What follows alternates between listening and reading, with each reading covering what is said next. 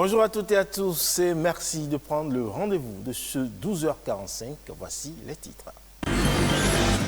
La politique du gouvernement de contribuer à améliorer l'accès en eau potable partout sur le territoire national se poursuit. L'arrondissement de Tori-Avamay est l'heureux récipiendaire d'un ouvrage. Entre 5 et 7% des mariages se terminent par un divorce dans le monde. Entre disputes à répétition, points de vue divergents, manque d'amour ou tromperie, qu'est-ce qui fait que l'on n'a plus envie de vivre ensemble? Réponse. Et puis, 3 jeunes sur 4 de moins de 25 ans ont déjà ressenti des troubles de l'audition dans leur vie. La première cause est la forte exposition sonore qui peut engendrer une fragilisation de l'audition.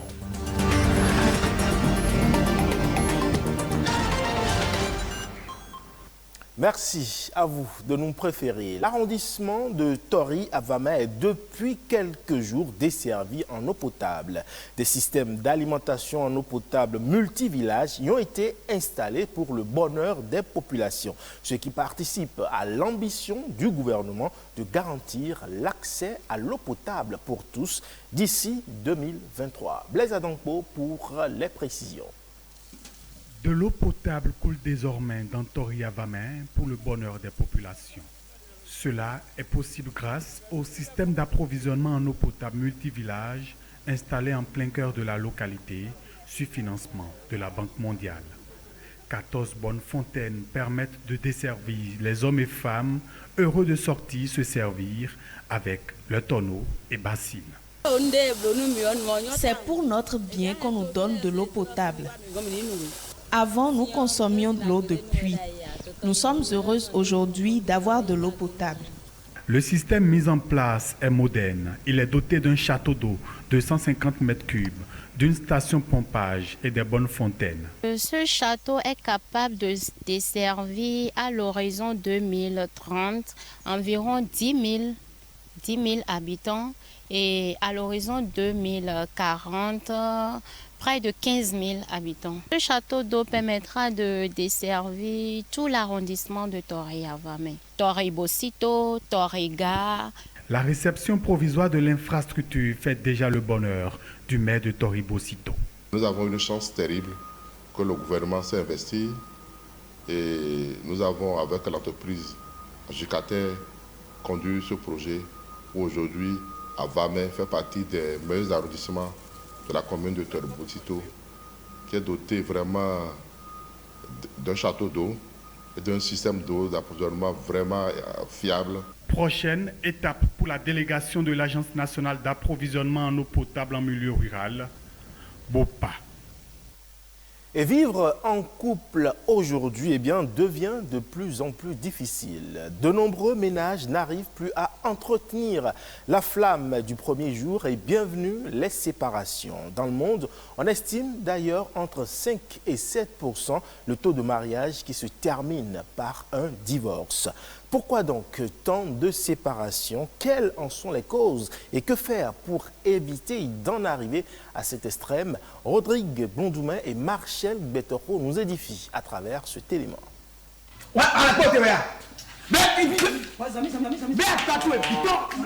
Au-delà d'une comédie, c'est un fait de société qui est mis en scène. Les conflits conjugaux, source de séparation.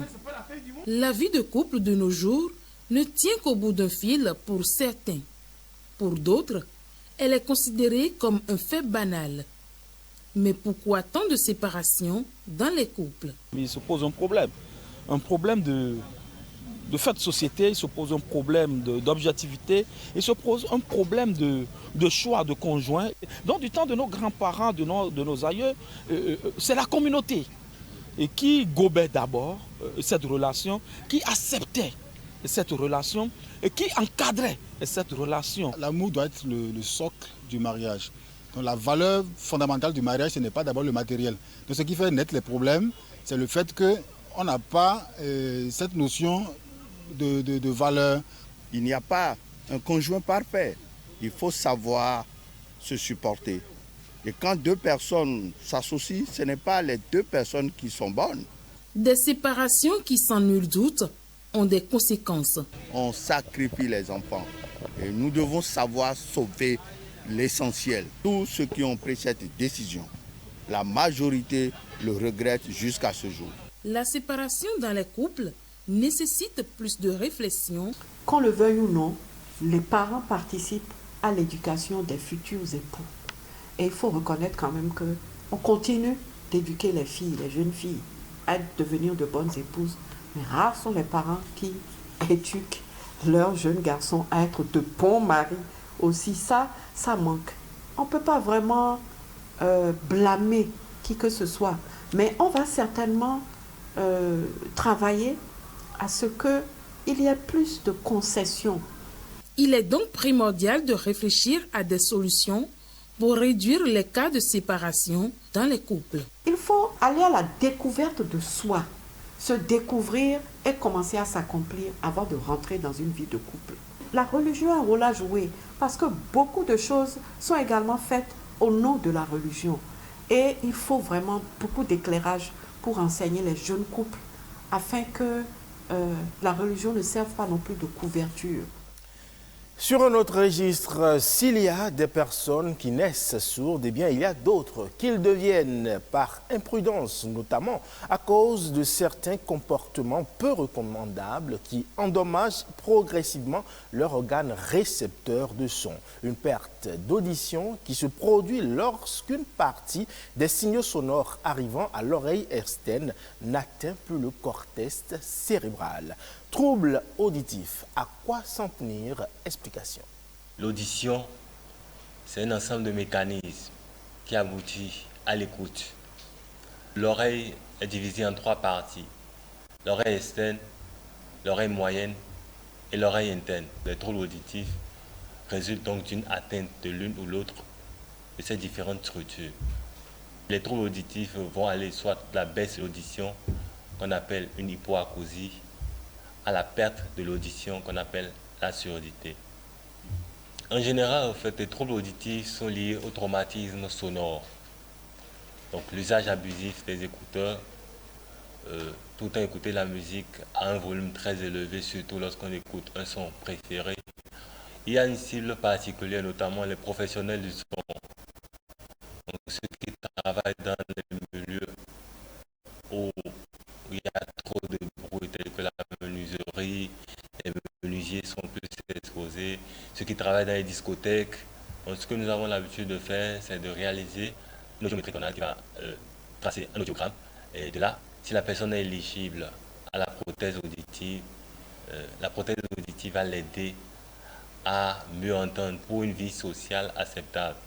Dans le cas contraire, puisqu'il arrive à un moment donné où la surdité est très profonde, c'est-à-dire la personne perd pratiquement la totalité de son audition, là on ne peut rien faire. À présent, on fait un tour d'horizon des sujets ayant marqué l'actualité nationale ces dernières heures. C'est La Nation en bref, une présentation de Martial Métro.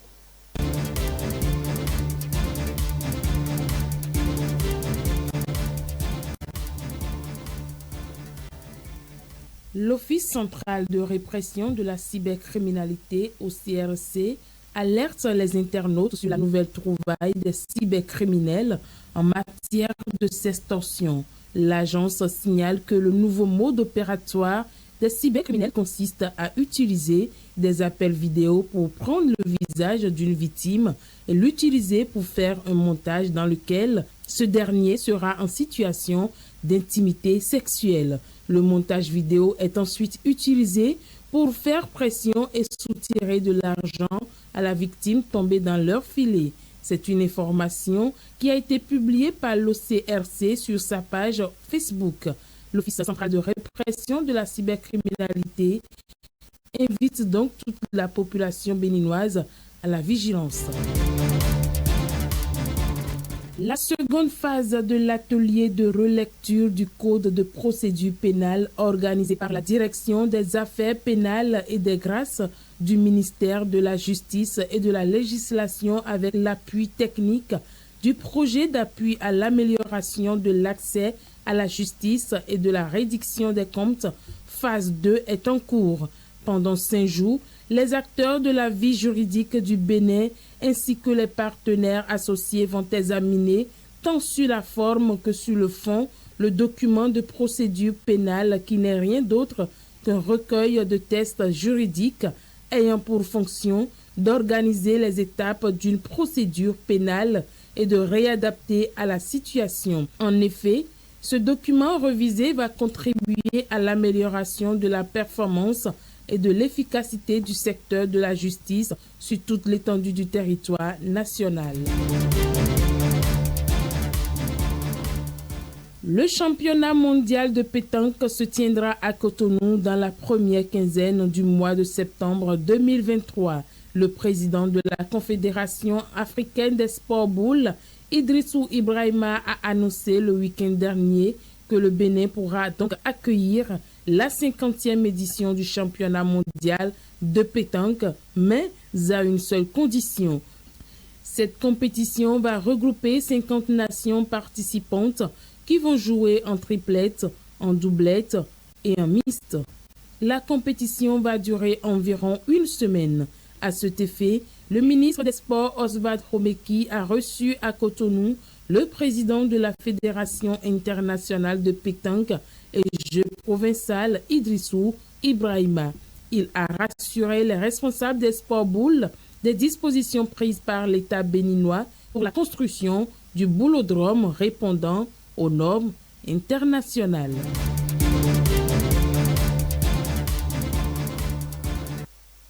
Culture intensive, utilisation de pesticides. Eh bien, les menaces planent sur le manioc, cet aliment phare de l'ouest du continent. Au Nigeria, par exemple, des scientifiques misent tout sur les OGM, organismes génétiquement modifiés. Cela avec l'espoir qu'une variété plus résistante prenne racine. Les précisions ici de nos confrères de France 24.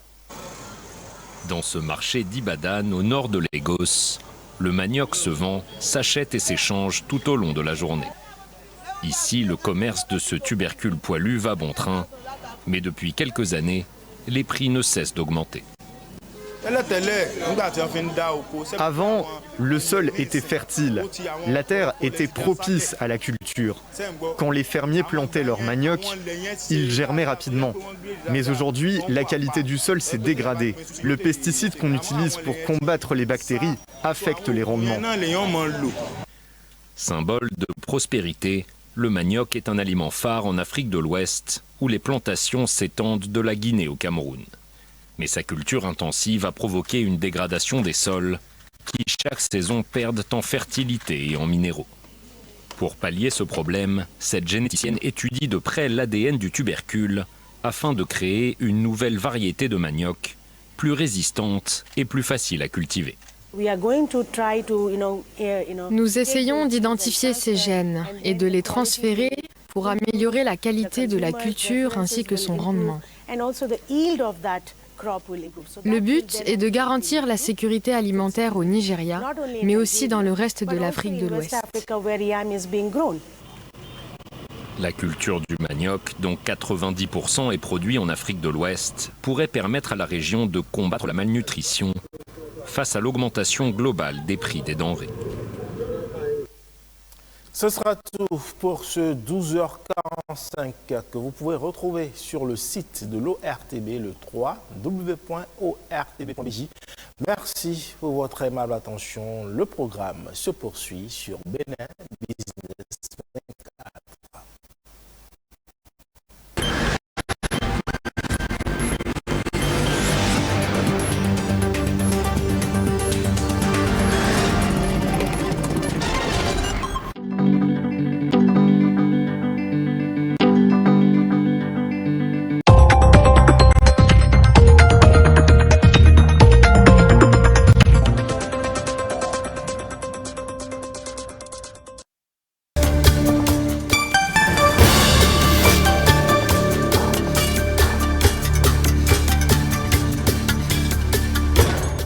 Ces produits alimentaires et autres produits en conserve ou en bouteille ici exposés dans la rayon de ce supermarché ne terminent pas tous dans l'assiette du consommateur. Nombre d'entre eux ne sont pas toujours vendus dans les délais prévus par le producteur ou le fabricant.